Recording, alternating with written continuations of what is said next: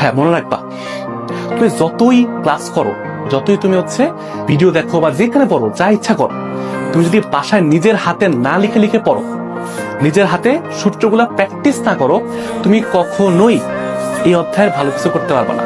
কারণ একটা কথা ভাইয়া মনে রাখবা, ভালো একটা রেজাল্ট করার জন্য না খুব বেশি পরিশ্রম করার দরকার হয় না, সময় মতো পরিশ্রম করতে হয়।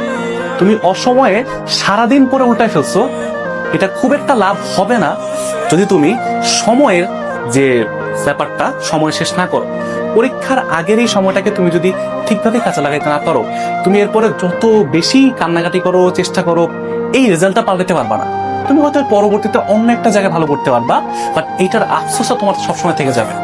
তোমার কাজ এখন বাসায় সুন্দর মতো বসে পড়াশোনা করা। আর যখনই মনে হবে যেগুলো আমার মাথায় ঢুকতেছে না, পারতেছে না, হবে না, তখন জাস্ট একটা কথা মাথার মধ্যে নিয়ে বসে থাকবা যে শেষ দেখে ছাড়বো, এটার যে লাস্ট কোথায় আছে, পরীক্ষা পর্যন্ত আমি দেখে ছাড়বো, দেখি কি হয়, রেজাল্ট আমি দেখবো যে কত আসে।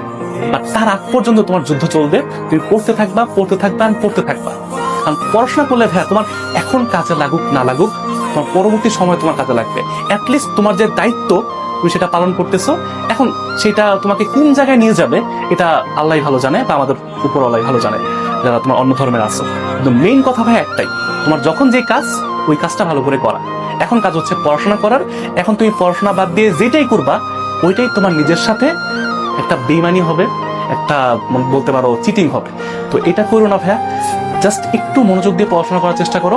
অনেক কঠিন লাগতে পারে, ধৈর্য না করতে পারে, হয়তো অনেকের অভ্যাসও নাই টেবিলে বসে থাকার, পড়াশোনা করার, কিন্তু শেষ সময় একটা চেষ্টা দিয়ে দেখো, একটা ট্রাই মেরে দেখো কি হয়। তুমি যেইখানে আছো, যে অবস্থায় আছো, ওইখান থেকে ভালো করা সম্ভব।